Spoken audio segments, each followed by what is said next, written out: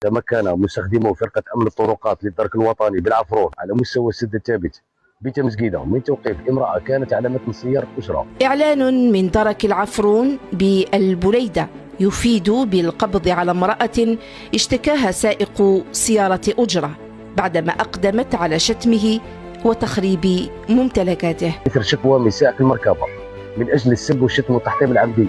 على إثر ذلك وبعد تعريفها على مستوى تطبيق التوثيق القضائي للدرك الوطني اتضح أنها محل نشرتي بحث من أجل النصب والاحتيال. المتابعون وعقب نشر صور المرأة تعرفوا عليها. هي معروفة على مواقع التواصل بتاتا صبرينا، السارقة المتنقلة والطبيبة المحتالة.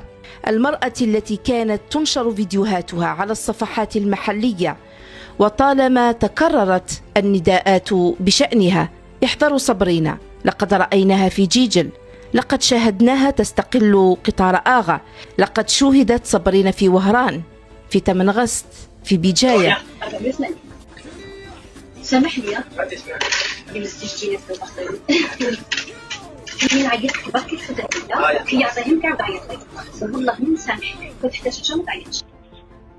هذه السيدة كانت تدعي أنها طبيبة وتوهم ضحاياها بأنها في ورطة للحصول على المساعدة، غالبا ما تكون مادية، فقد سرقت هاتف آيفون. أما في المرة الأخيرة فتعلق الأمر ببضعة كيلوغرامات من السمك. مظهرها المهندم وسلوكها السوي إضافة إلى كلامها المقنع، كل ذلك كان وسيلتها للنصب والاحتيال.